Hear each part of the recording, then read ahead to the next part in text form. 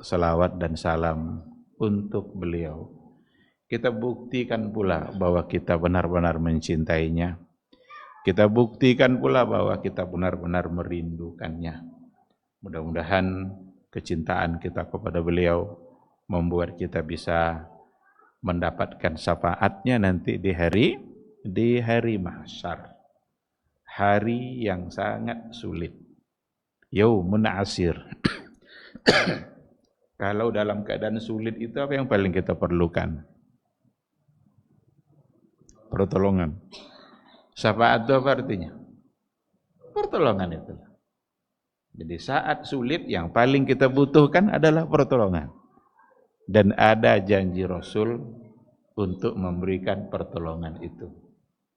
Jadi dalam hadis dikatakan semua nabi likulli nabiyyin da'watun. Semua nabi itu punya doa yang dikabulkan oleh Allah Subhanahu wa taala. Dan semua nabi sudah menyampaikan doanya itu. Adapun saya, kata Rasul, saya simpan doa itu untuk umatku di hari kiamat kelak. Jadi semua nabi, mulai dari Nabi Adam sampai Nabi Isa, itu semuanya punya doa yang mustajab. Dan mereka semua sudah minta. Kecuali Nabi kita. Dalam hadis itu, amma ana atau inna ma'ana ikhtaba'tuha syafa'atan li ummati. Saya simpan dulu doa itu sebagai syafaat bagi umatku. Maka nanti di akhirat barulah Nabi meminta. Inilah yang disebut dengan syafaat dari Rasulullah sallallahu alaihi wasallam yang mudah-mudahan kita nanti bisa mendapatkan syafaat itu. Kalau Rasul sudah meminta kepada Allah untuk memberikan syafaat itu kepada umatnya, maka yang masuk neraka bisa enggak jadi masuk untuk kemudian dimasukkan ke dalam surga Allah Subhanahu wa taala. Ikhwati fillah, ma'asyiral hadirin wal hadirat rahimani Allahu wa iyyakum. Kembali kita ke kajian kita sebelum Ramadan. Kita masih sekarang bicara seputar maqasid ahkamil usrah, maqasid syariah yang terkait dengan hukum-hukum keluarga. Hukum keluarga itu banyak, salah satunya adalah soal nikah. Ini sudah kita bahas berbagai macam bentuk poin-poinnya yang berkaitan dengan az-zawaj, an-nikah sebelum puasa.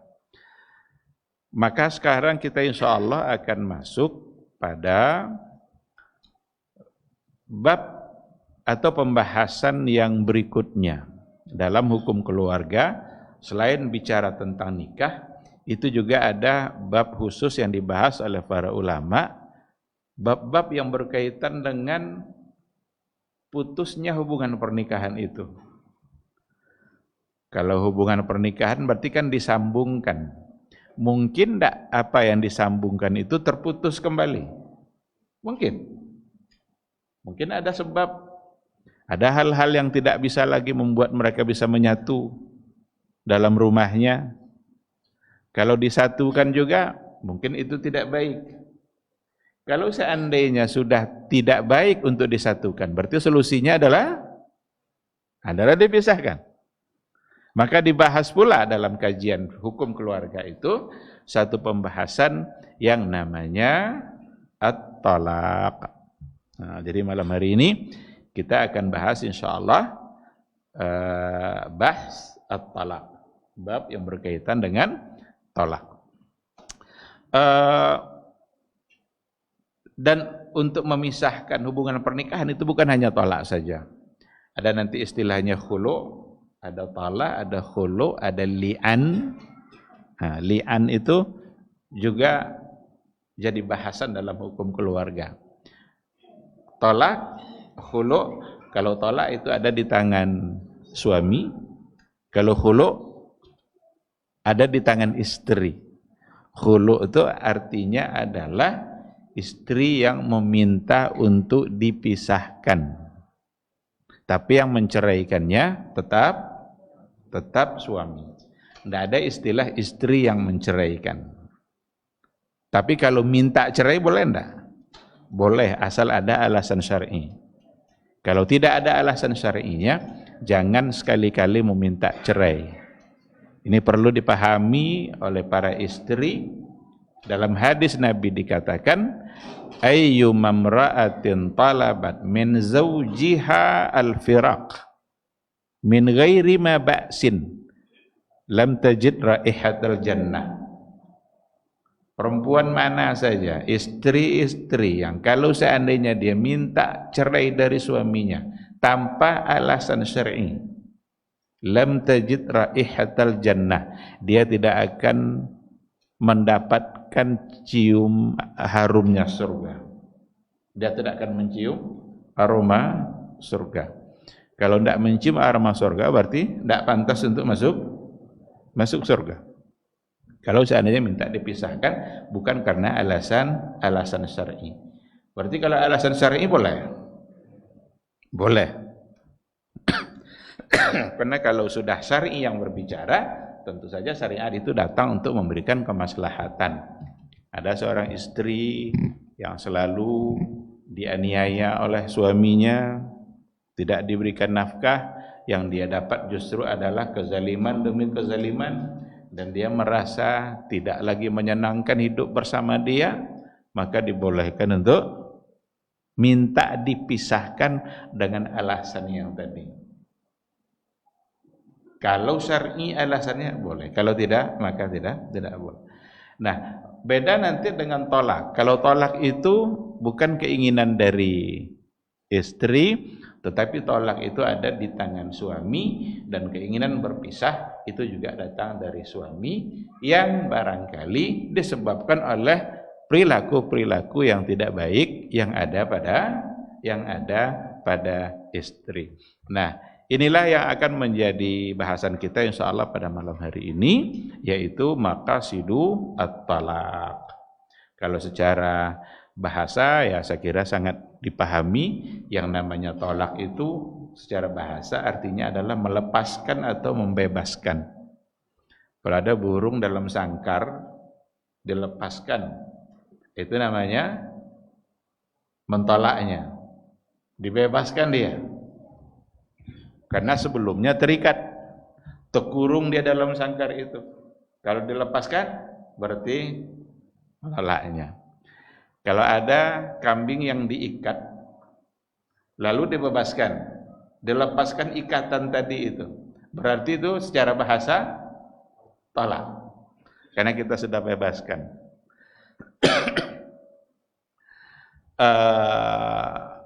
Itu secara bahasa. Tapi kalau cara istilah syar'inya tentu saja yang dimaksud adalah melepaskan ikatan perkawinan yang sah.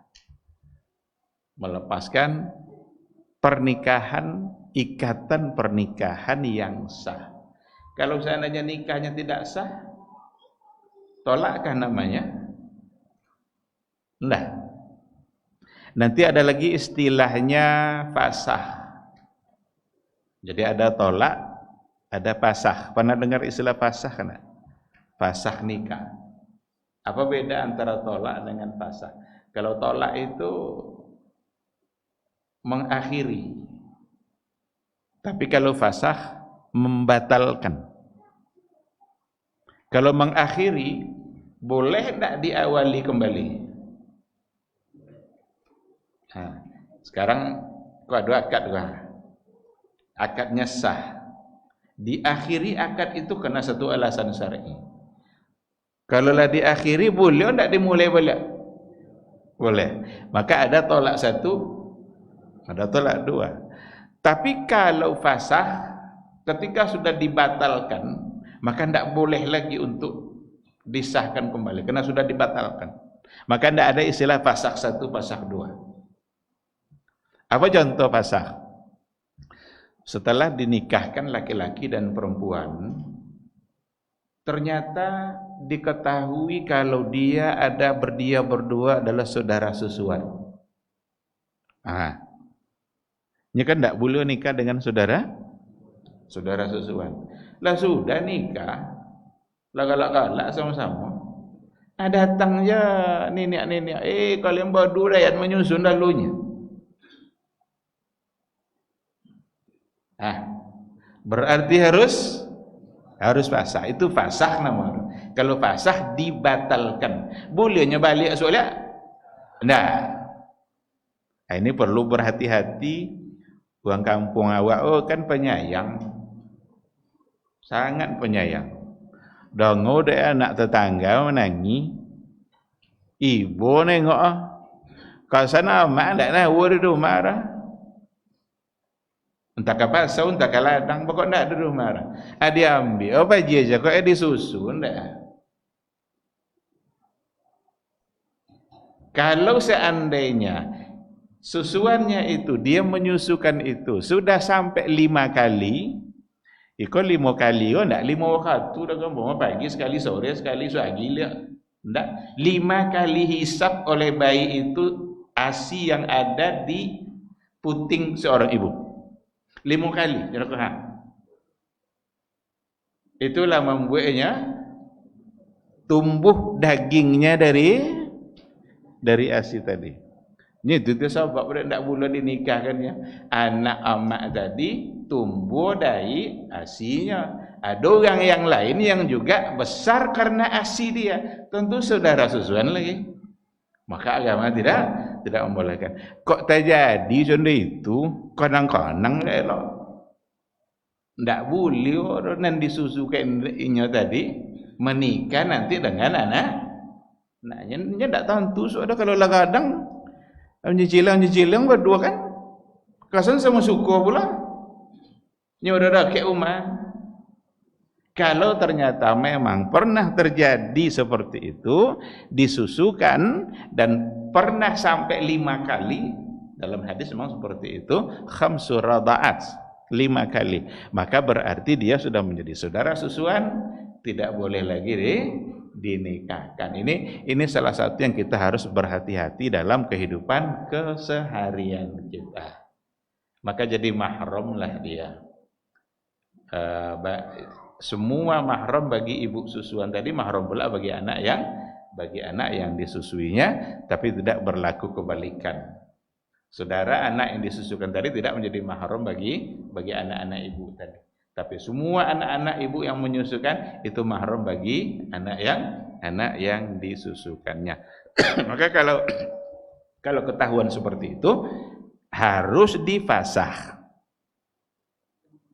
Itu namanya bukan tolak.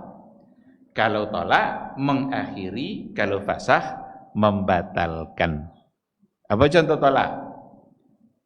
Kalau tolak saya kira tidak ada yang akan meragukannya. Ini sesuatu yang sudah sering kita lihat dalam kehidupan keseharian.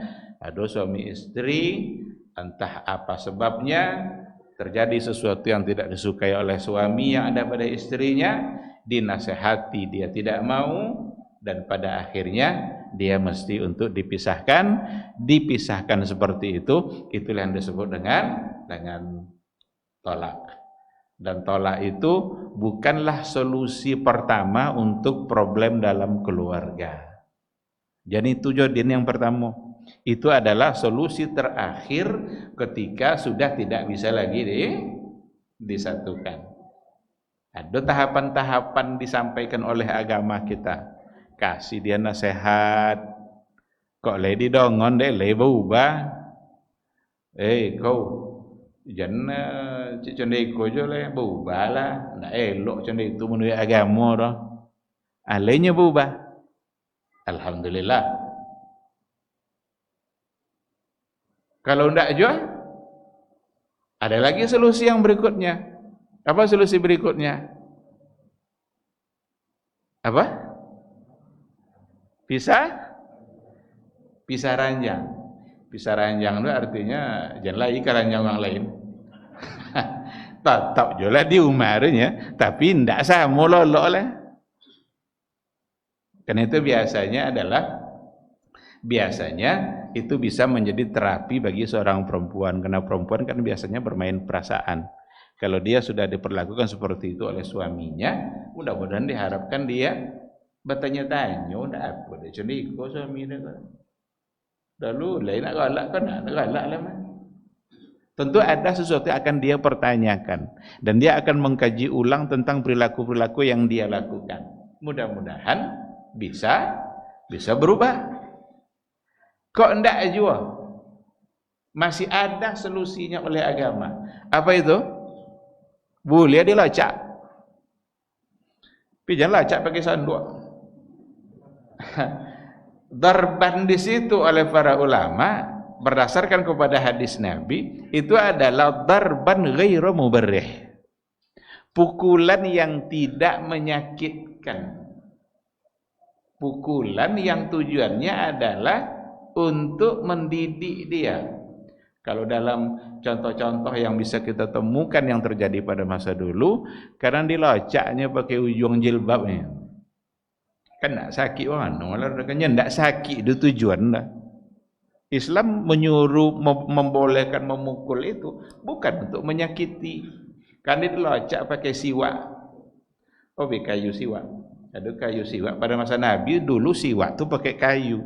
Ndak tahu dah permula pun macam-macam merek gini dah.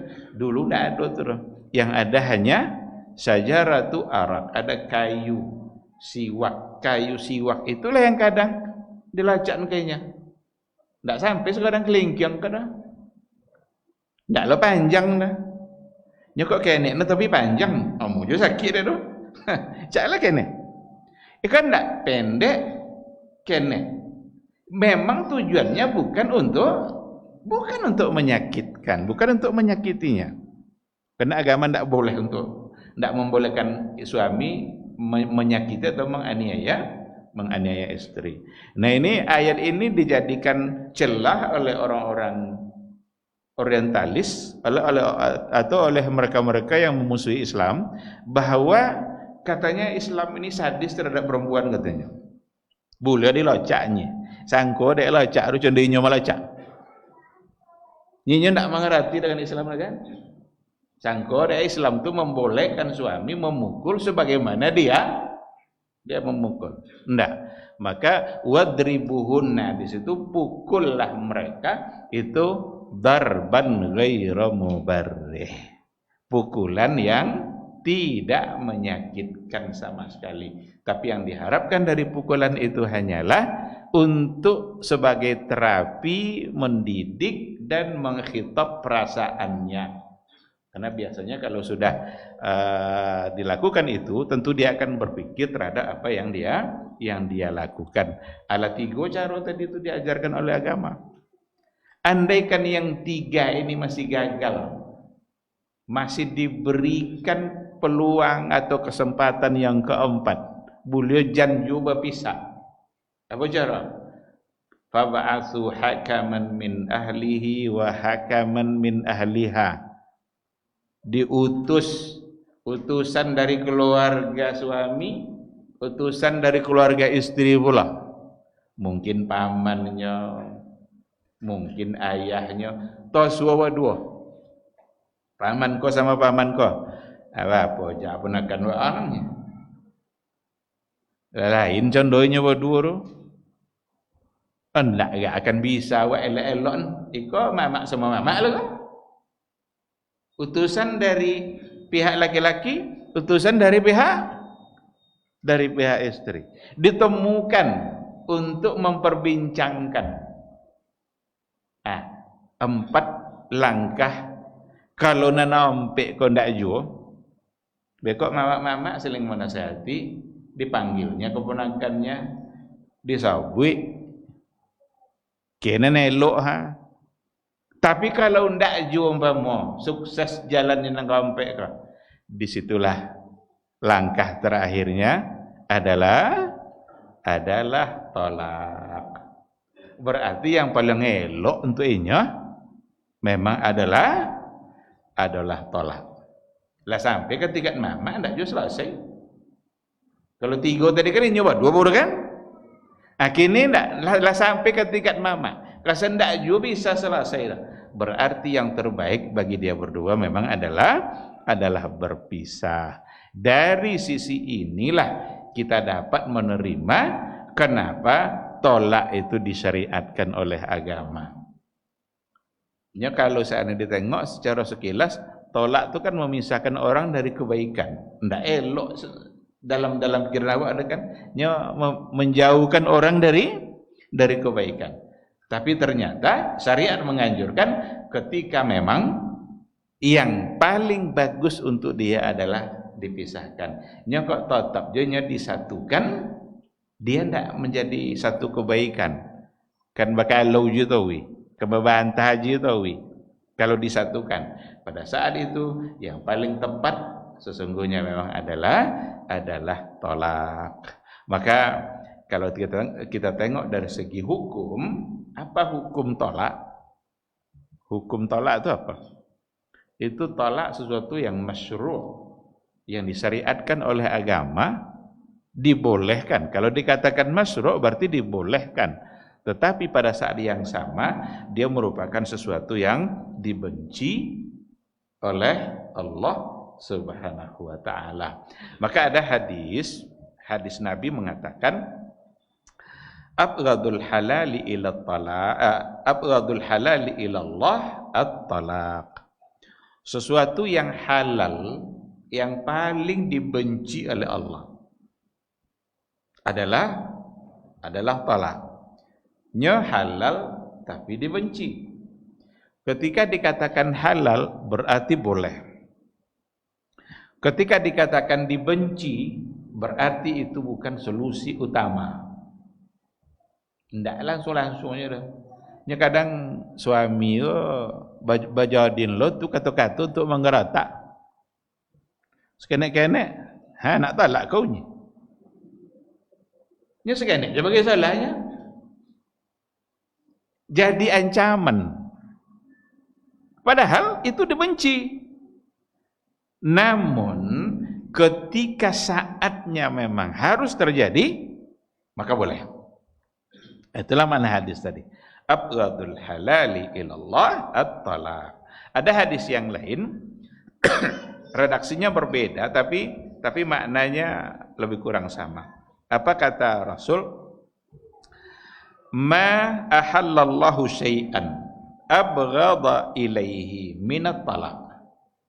Tidak ada sesuatu yang dihalalkan oleh Allah yang paling dia benci.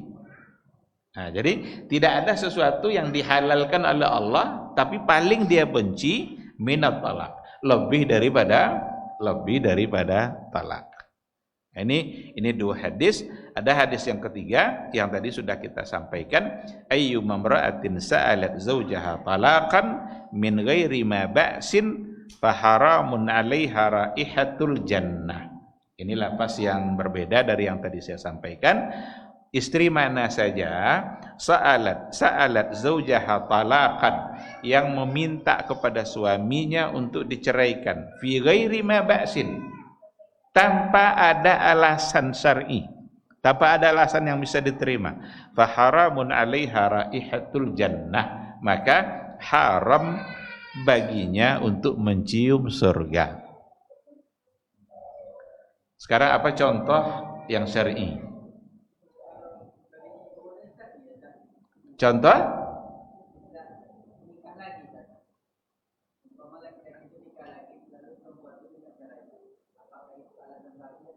Itu tidak syar'i dulu. Hanya ke yang bertanya lah, do ciri-ciri Pak. Lah, do rencana Pak Ncendo. Tapi itu tidak bisa disebut syar'i karena yang ingin dilakukan adalah sesuatu yang dibolehkan oleh agama. Lah, kau setuju nak setuju, jawaban bagi yang belakang nanti bekok di situ. Yang jolek bagaimana pandangan syariat. Tapi seorang suami pun ketika ingin melakukan hal yang tadi itu betul-betul dengan alasan yang syar'i juga. Bukan hanya sekedar ingin tren-trenan kemudian orang begitu dia mau mau seperti itu? Enggak.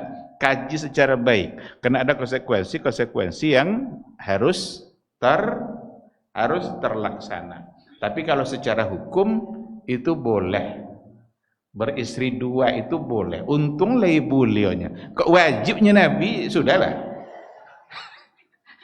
Ini hukum itu kan ada wajib, ada sunnah, ada haram, ada makruh, ada boleh, mubah. Untung lagi boleh. Sekedar boleh. Sempat wajib apa aja? Sudahlah, kiamat. Lah, tapi boleh karena memang itu solusi. Ada hal-hal yang memang solusinya adalah itu. Dulu pada masa Nabi dulu dan pada masa sahabat juga itu dalam catatan sejarah jarang sekali di antara sahabat walaupun ada yang istrinya hanya satu. Kebanyakan mereka justru adalah lebih dari satu. Zaman sahabat, zaman Umar, zaman Abu Bakar seperti itu. Kan memang sebagai solusi. Sekali pai berapa orang sekian banyak mati suami. Itu istri kan? Siapa kan nanggung nafkah? Maka ketika ada seorang laki-laki yang siap untuk menikahinya, berarti dia siap untuk menambah tanggung jawab. Jadi menambah bini, itu berarti menambah tanggung jawab. Sebenarnya yang diuntungkan dalam poligami itu tuh perempuan, tidak laki-laki. Laki-laki itu hanya menambah beban, menambah tanggung jawab, menambah amanah. Bagi perempuan justru itu manfaatnya, karena yang ketika dia tidak punya suami, inyo yang mencari nafkah. Ketika dia sudah dinikahi oleh seorang laki-laki, meskipun dia sebagai istri kedua, amannya ndaknya cincin nafkah aja lah, karena ditanggung oleh suaminya. Siapa kiko yang diuntungkan, laki-laki atau perempuan? Dalam poligami, yang diuntungkan laki-laki atau perempuan? Perempuan, bukan laki-laki. Laki-laki hanya menanggung beban, menambah amanah. Maka disyaratkan harus adil. Kalau ndak kan siap menanggung amanah tadi jangan cucu saya wong langka di akhirat. Canda itu kan Nabi nyawi kan miring aja badan lu soalnya ndak adil, ndak dua jo. Tapi tidak bisa adil. Masuk waktu itu masuk waktu itu azan. Sambung lah. Kita jawab dulu suara azan insyaallah.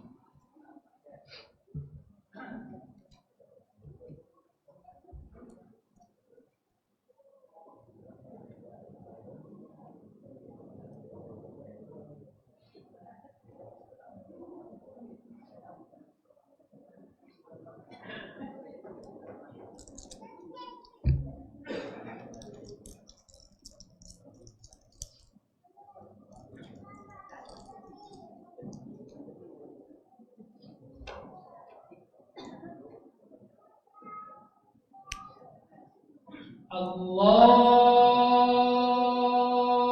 Akbar, Allahu Akbar, Allahu Akbar, Allahu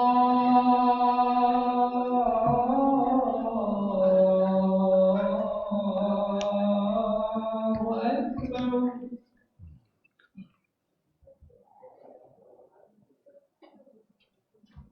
Asyhadu an la ilaha illallah.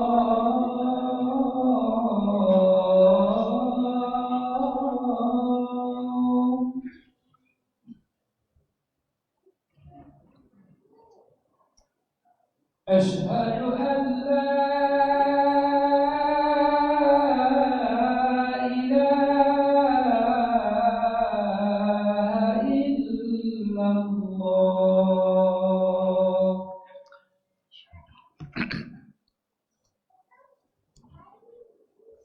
Asyhadu anna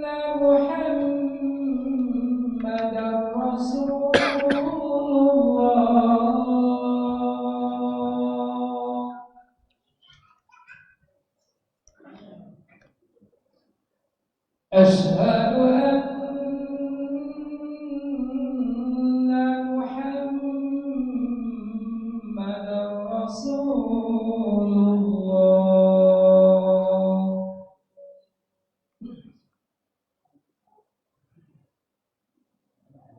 حي على الصلاة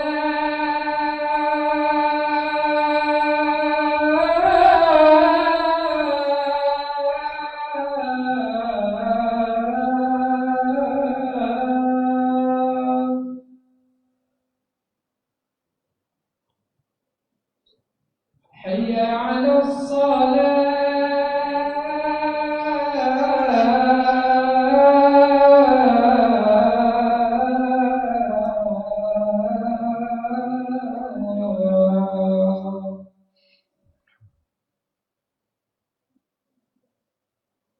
حي على الفلاح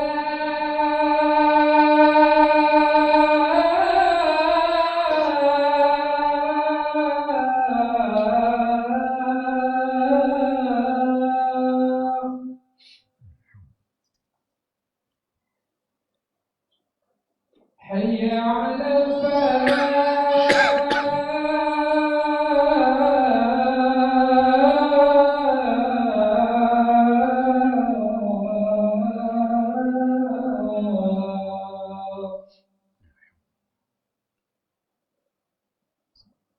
الله أكبر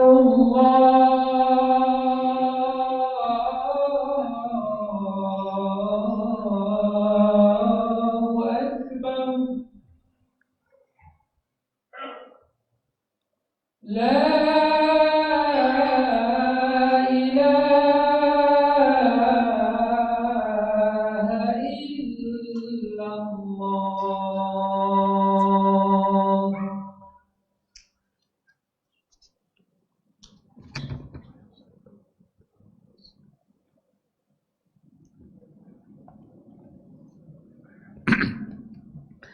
Bismillahirrahmanirrahim. Alhamdulillah wassalatu wassalamu ala Rasulillah wa ala alihi wa sahbihi wa mawala. Ikhwati fillah, ma'asyiral hadirin wal hadirat, rahimani Allahu wa iyyakum.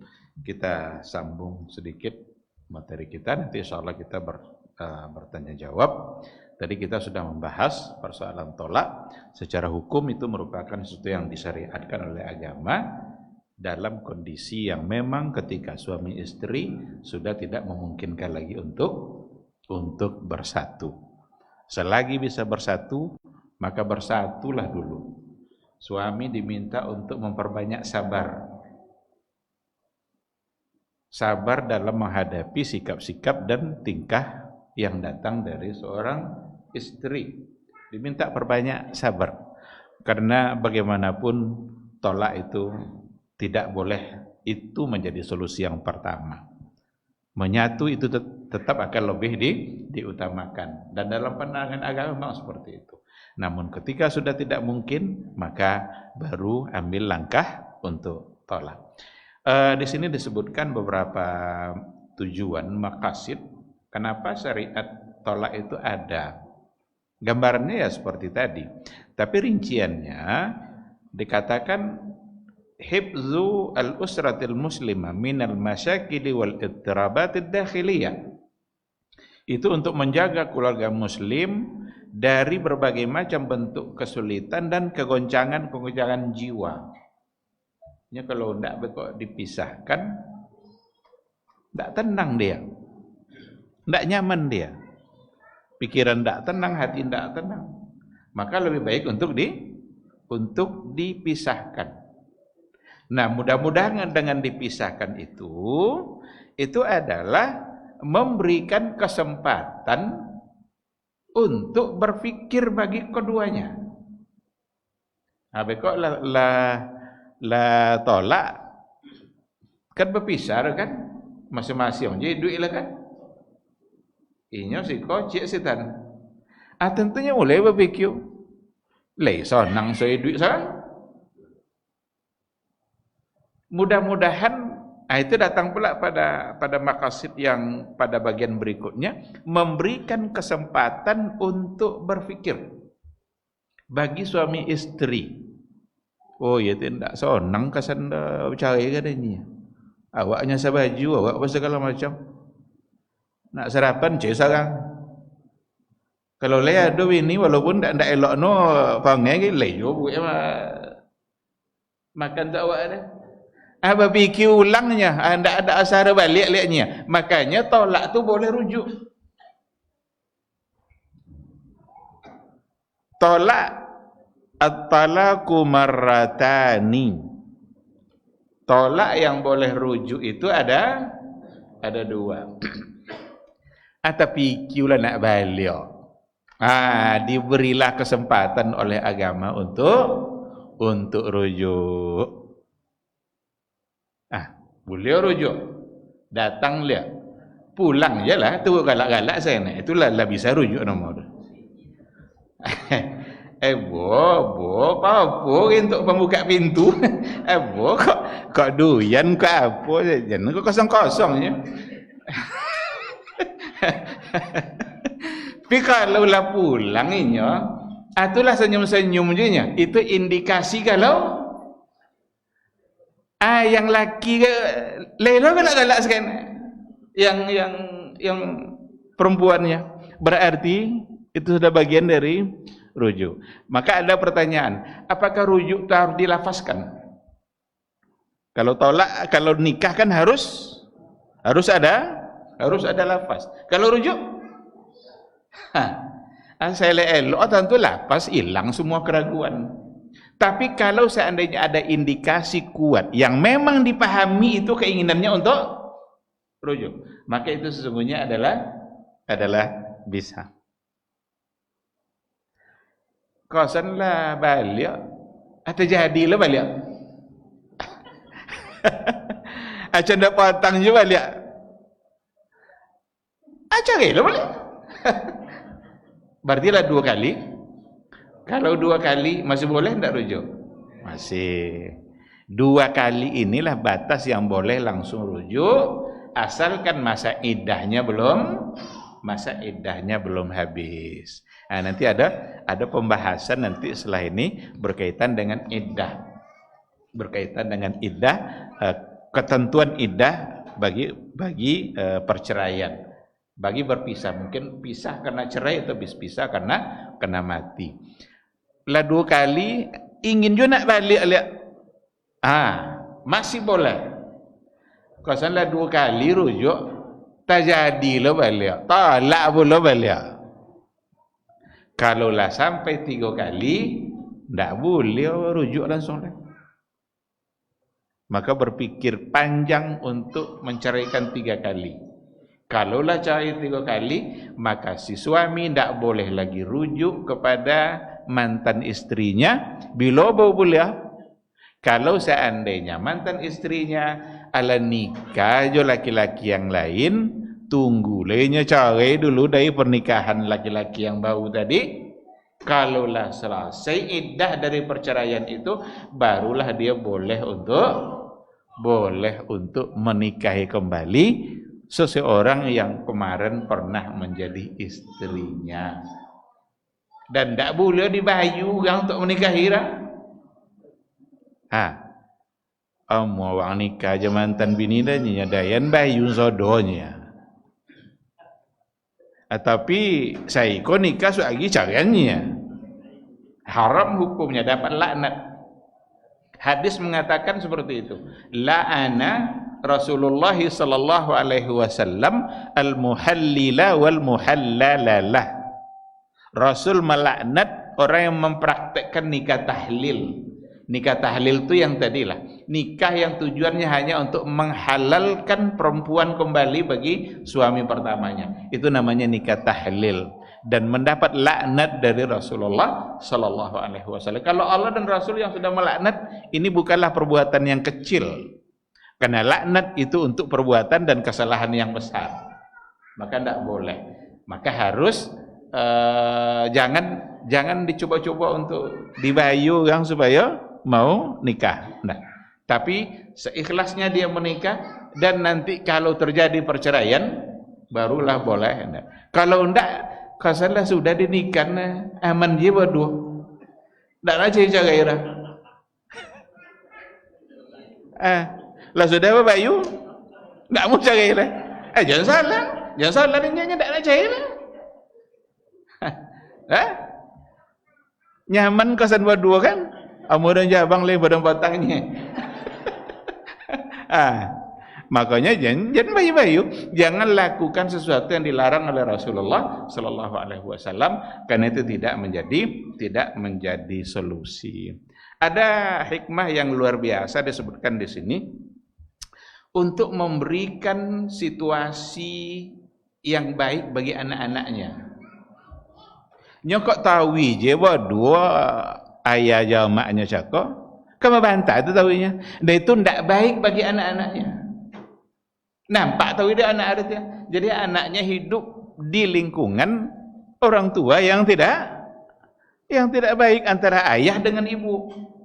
Maka harus dipisahkan. Kalau sudah dipisahkan, berarti memberikan tempat dan suasana yang baik bagi anak-anaknya. Jauh pandangan anak-anak itu dari hal-hal yang tidak baik yang dilakukan oleh ayah dan ibunya. Maka disyariatkanlah sesuatu yang namanya tolak. Kalau lah berpisahnya kok ndak kena ngojo kata-kata kasau dah lah kan. Jauh dia dari itu, telinganya tidak mendengarkan hal yang tidak baik, matanya tidak memandang kepada perkara-perkara yang tidak baik, dan itu bisa menjaga situasi psikologi bagi anak-anak mereka sendiri. Jadi anak-anaknya bisa tetap tumbuh berkembang secara baik ketimbang dia selalu menyaksikan perkara-perkara yang tidak menyenangkan antara ayah dan ibunya, karena itu nanti berpengaruh pada jiwa anak ketika sudah dewasa. Maka muncullah istilah-istilah broken home kan, ada keluarga anak yang tumbuh di tengah-tengah keluarga yang tidak baik, kadang ini menjadi nakal, narkoba dan lain sebagainya. Ndak dapat contoh nenelok ada daya maknya. Untuk menghindarkan itu semua, maka dibolehkan untuk cerai. Ada pada bagian yang terakhir dikatakan untuk berbeda dengan orang-orang Nasara, orang Nasrani, di mana mereka mengharamkan tolak. Jadi dalam kehidupan orang-orang Nasrani, sekali nikah itu tidak ada istilah cerai. Mereka tidak mengenal kata tolak. Seperti apapun kehidupan yang mereka jalanilah. Maka Islam datang untuk menunjukkan bahwa yang mereka lakukan itu tidak yang terbaik. Ada yang lebih baik daripada itu, di mana dibolehkan untuk tolak. Kalau tidak bisa bersama-sama, lihat, boleh pasu juga. Nah, maka untuk menyatakan bahwa syariat mereka itu sesuatu yang tidak baik. Yang baik justru apa yang datang dari Islam, yang datang dari Al-Quran dan datang dari Sunnah Rasulullah Sallallahu Alaihi Wasallam. Karena dengan adanya syariat talak itu sesungguhnya disitulah terpeliharanya fitrah sebagai manusia, fitrah kemanusiaan yang memang kalau saat tidak bisa menyatu, memang harusnya dipisah. Nah, ini maqasid yang berkaitan dengan tolak. Saya kira ini materi kita pada malam hari ini. Pada bahasan berikutnya insya Allah masih hubungannya sama tolak, termasuk diantaranya kenapa mesti tolak itu jumlahnya hanya sampai 3. Kan tolak boleh sampai 3, tidak ada lagi 4. Kenapa tolak itu di tangan suami bukan di tangan istri? Itu semua diberikan penjelasan oleh para ulama dan kita sambung insyaallah pada pertemuan yang akan datang.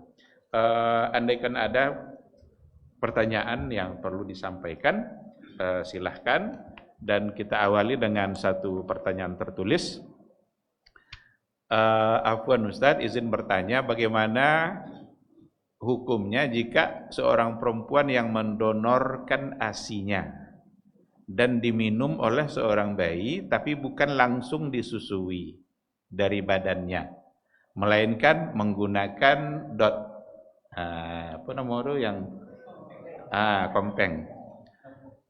kompang itu apa? apakah hal semacam itu juga menjadi saudara sepersusuan? Nah, ada permasalahan kontemporer yang dibahas oleh para ulama terkait dengan bank ASI. Ini nyambung dan itu. Kalau di Barat itu sudah ada bank ASI. Kalau di Indonesia bank ASI belum, tapi idenya sudah mulai muncul. Yang ada di Indonesia sekarang adalah Asosiasi Ibu-Ibu Menyusui. Itu sudah ada. Jadi ada asosiasinya, kumpulan ibu-ibu yang siap dipanggil untuk menyusui. Kalau di Eropa, di Barat itu sudah ada bank ASI. Dan para ulama kontemporer sudah membahas. Pertanyaan ini walaupun tidak sampai setingkat bank ASI, tapi intinya adalah seorang ibu yang tidak memberikan langsung ASI-nya, tapi dikeluarkan lalu diletakkan di botol kemudian diberikan. Apakah itu menyebabkan saudara susuan atau tidak? Ada dua pandangan ulama dalam persoalan ini. Yang jadi persoalan dalam masalah susuan itu, apakah langsung atau masuknya ASI ke dalam badannya. Nah, ini inti dari persoalannya. Banyak di antara ulama yang mengatakan yang jadi patokan pada ASI bukan langsung atau tidak langsungnya, tetapi ASI yang masuk ke badan seorang bayi, ke fisiknya, sehingga fisiknya itu tumbuh dari ASI. Bahkan seandainya ASI itu dimasukkan ke dalam piring, lalu ada roti, dicelup-celupkanlah roti itu ke dalam ASI tadi. Dikasih roti itu ala lambu kok dibengkah anak tadi. Dia minum ASI enggak tuh?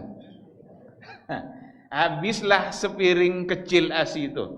Nyola celup-celupkan ke roti tadi kan, dikasih ke anak. Seperti itu pun kata sebagian ulama tetap disebut sebagai saudara susuan. Namun ini bukan sesuatu yang disepakati. Ada sebagian di antara ulama yang lain yang mengatakan kata radha itu adalah menyusu secara langsung. Kenapa demikian? Karena dengan menyusu secara langsung, disitulah seorang ibu akan punya hubungan emosional dengan anak. Dia pegang, dia belai-belai, dia usap-usap kepalanya sambil menyusu. Capek kadangmu. Itu adalah hubungan emosional antara ibu yang menyusu dengan anak. Dan itu tidak didapatkan kalau seandainya dengan cara yang tidak langsung. Jadi ada dua pandangan. Nampaknya memang untuk kehati-hatian kita perlu mengedepankan pendapat yang pertama. Dan banyak di antara ulama yang setuju mengatakan seperti itu. Bahwa sesungguhnya ASI itu intinya bukanlah langsung atau tidak langsung, tapi intinya adalah fisik yang tumbuh dari ASI, meskipun pakai botol minuman. Kalau dia minum pakai botol, kemudian fisiknya tumbuh dari situ, berarti dia sudah menjadi saudara sesusuan. Maka kalau ada tetangga yang memberikan ASI-nya tapi tidak secara langsung, maka untuk kehati-hatian lebih baik kita mengedepankan pendapat yang pertama karena hujahnya juga cukup kuat. Tapi sekali lagi ini dua pendapat yang ada pada masalah tadi. Satu mengatakan iya, yang satu lagi mengatakan tidak. Sekarang seperti itu, wallahu subhanahu wa ta'ala a'lam. Ada yang lain? Fadhal.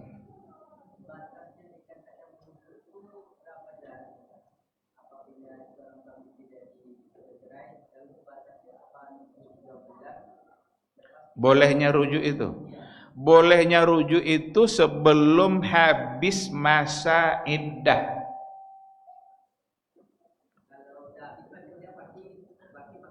Kalau sudah habis masa iddah, boleh dia akad langsung, boleh dia kembali tapi dengan akad yang baru. Tidak diantarai oleh nikah dengan laki-laki yang lain. Itu kalau tolak satu dan tolak dua. Maka kalau ingin rujuk jangan tunggu habis masa iddah. 3 kali suci atau 3 kali haid, habis masa haid yang kedua sebelum masuk pada haid yang ketiga, maka silakan untuk rujuk. Atau paginya pagi nak balik lah, boleh? Boleh, tak ada masalah. Yang penting jangan habis masa iddah. Copek menyosir mama. Pagi tadi, malam kau lah tak supaya ada kan? Pagi rujuk boleh? Boleh, tak ada masalah. Karena memang dia sudah menceraikannya, maka dia boleh untuk rujuk kembali. Yang penting masanya adalah selagi dalam masa iddah. Kalau sudah keluar dari masa iddah, kalau ingin kembali mesti dengan akad yang baru dan ada mahar yang baru lagi. Akad dan mahar. Nya lau yang orang asing baginya tu kan, kalau rujuk itu dia masih istrinya. Makanya dalam masa iddah suami harus memberikan nafkah. Apa sebab harus memberikan nafkah? Karena dia belum boleh dinikahi oleh laki-laki manapun. Dia dibebankan untuk memberikan, ada nafkah iddah namanya. Nafkah pada masa iddah. Masih ada kewajiban sebab dia belum mendapatkan nafkah dari yang lain. Kalau sudah habis masanya, barulah putus kewajiban untuk memberikan nafkah. Wallahu subhanahu wa ta'ala alam. Ya.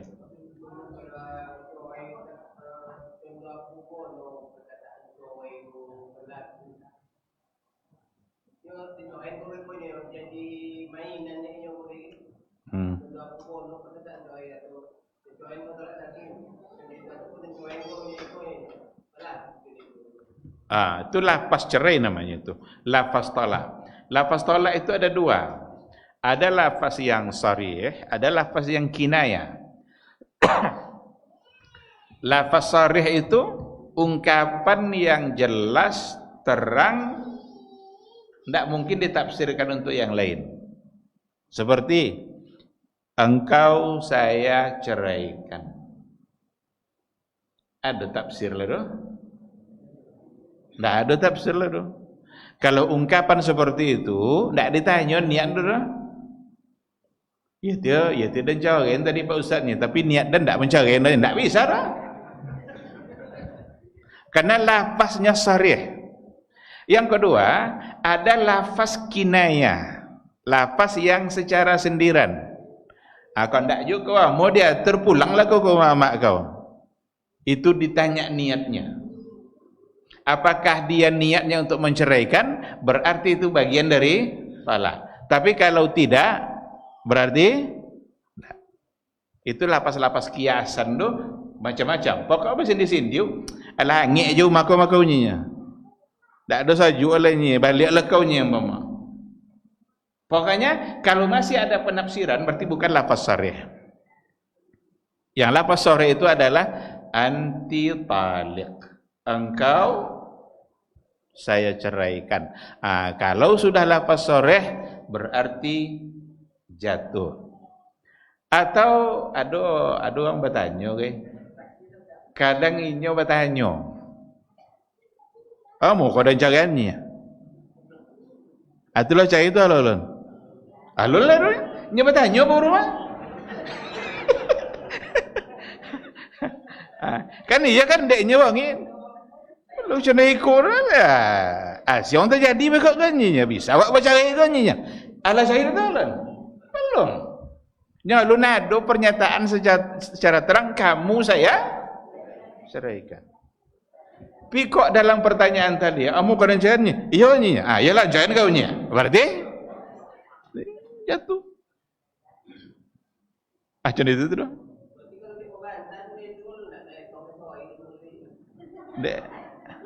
Itu persoalannya nanti, apakah lafaz cerai saat marah jatuh atau tidak? Lafaz cerai saat marah. Kalau saat mabuk, enggak. Karena dia tidak, orang mabuk kan apa-apa, dia kadang tidaknya sadar dengan apa yang dia ucapkan. Kalau marah kemana? Dibagi-bagilah marah ini oleh para ulama menjadi dua. Ada marah yang tingkat tinggi, yang menghilangkan kesadarannya, sehingga ungkapan yang dia ucapkan itu tidak terlalu sadarnya ucapkannya, di bawah alam sadar. Kalau memang marah seperti itu, tidak. Tapi kalau marahnya standar, siapa lo mencarian bini, tidak ada wengi?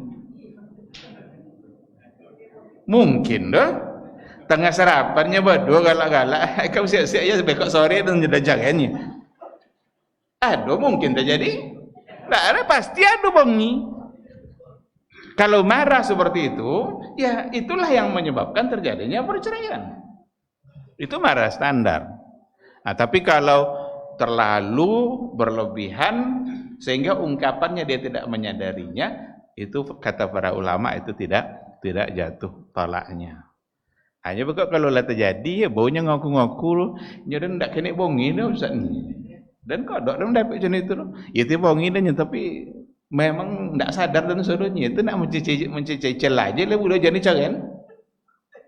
Maka berhati-hati untuk mengucapkannya. Karena kalau sudah terucap, bahkan cerai ini serius sama bercandanya sama. Salasun kata Rasul, jidduhun najid wa hazluhun najid. Ada 3 perkara. Seriusnya adalah serius, bercandanya juga bisa menjadi serius. Nikah, tolak, memerdekakan hamba. Maka berhati-hati, jangan jadikan mainan. Itulah sebabnya dulu pada masa Umar bin Al-Khattab ada kecenderungan suami untuk menceraikan istri sekali sabik 3. Pokok sekali sabik dan cari kau 3 kalinya. Itu masa Umar. Akhirnya Umar bin Al-Khattab pada masa itu, di tahun itu, dihukumkannya yang seperti itu cerainya langsung 3. Untuk sebagai terapi bagi suami-suami yang mempermainkan lafaz tolak tadi. Itu cara oleh Umar supaya suami-suami itu berubah. Jangan dipermainkan masalah tolak. Karena kalau kita tengok persoalan hukum fikihnya, apakah lafaz cerai 3 itu berlaku 3? Jumhur mengatakan 1. Karena pada masa Nabi dihukumkan 1, pada masa Abu Bakar dihukumkan 1, tapi pada masa Umar bin Al-Khattab dek banyak suami macam itu. Adik pelajaran dek Umar yang mengucapkan seperti itu langsung dihukumkan 3. Nah, tapi pada masa berikutnya berubah lagi karena itu istihad fikih yang datang dari Umar bin Al-Khattab. Nah, gitulah gambaran kira-kira terkait dengan lafaz talak. Wallahu a'lam.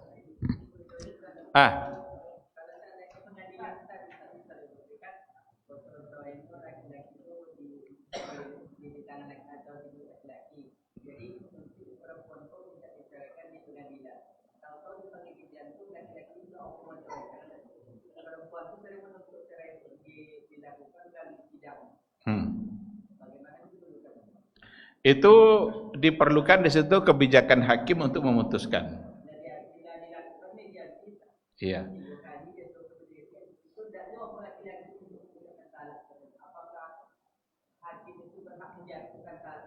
Kalau hakim memandang itu yang lebih maslahat, bisa.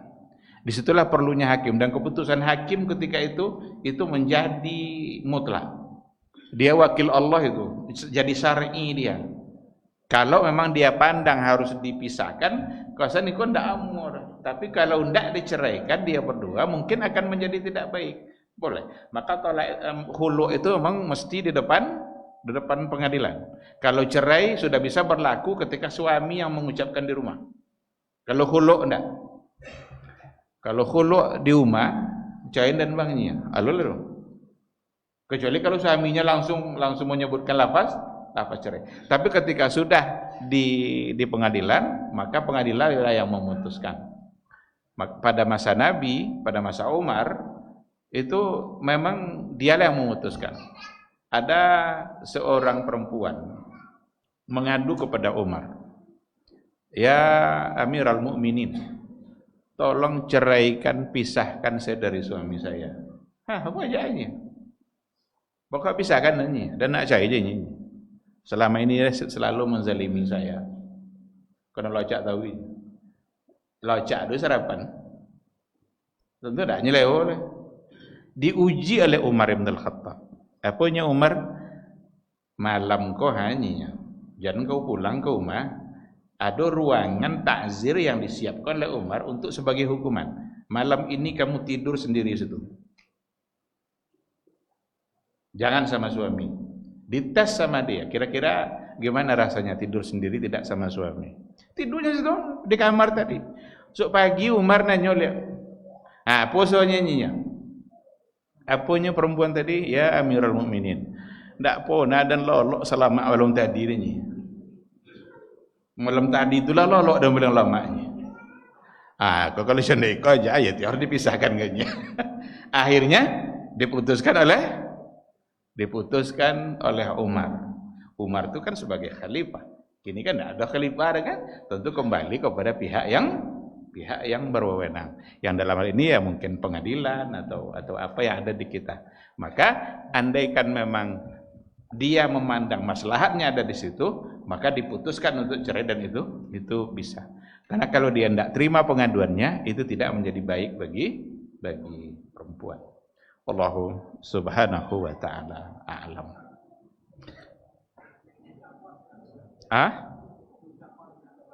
Nikah kontrak. Nikah kontrak itu nikah mut'ah. Itu yang dilakukan oleh orang-orang Syiah. Hukumnya haram. Yang mengharamkannya adalah Nabi. Inni haramtu ila yaumil qiyamah, kata Nabi. Dulu pernah dihalalkan sebentar.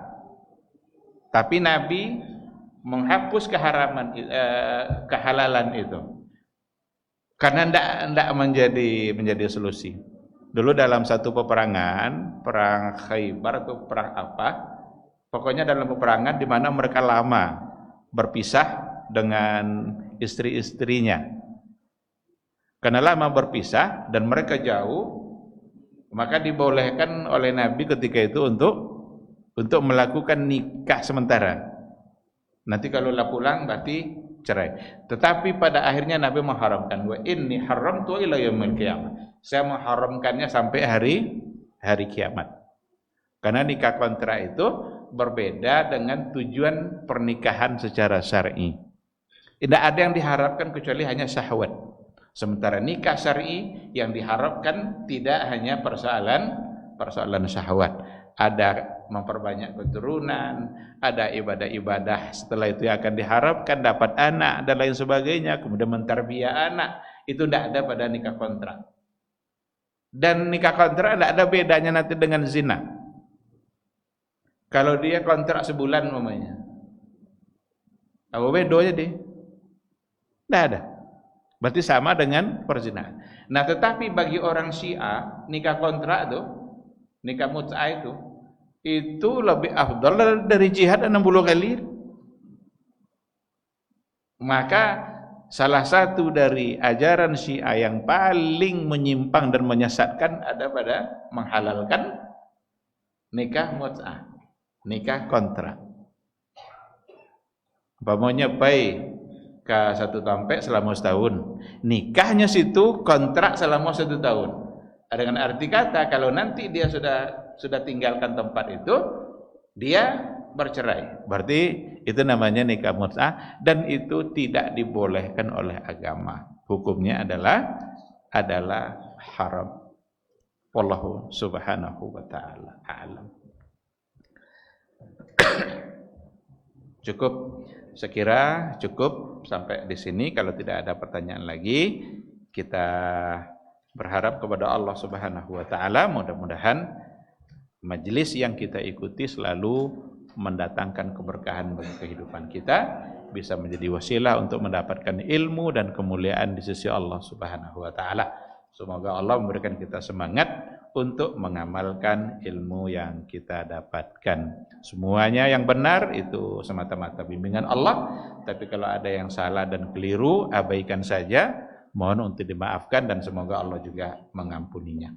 Terima kasih dan mohon maaf. Subhanakallahumma wa bihamdika asyhadu an la ilaha illa anta astaghfiruka wa atubu ilaik. Wassalamualaikum warahmatullahi wabarakatuh. TV Sunnah, belajar agama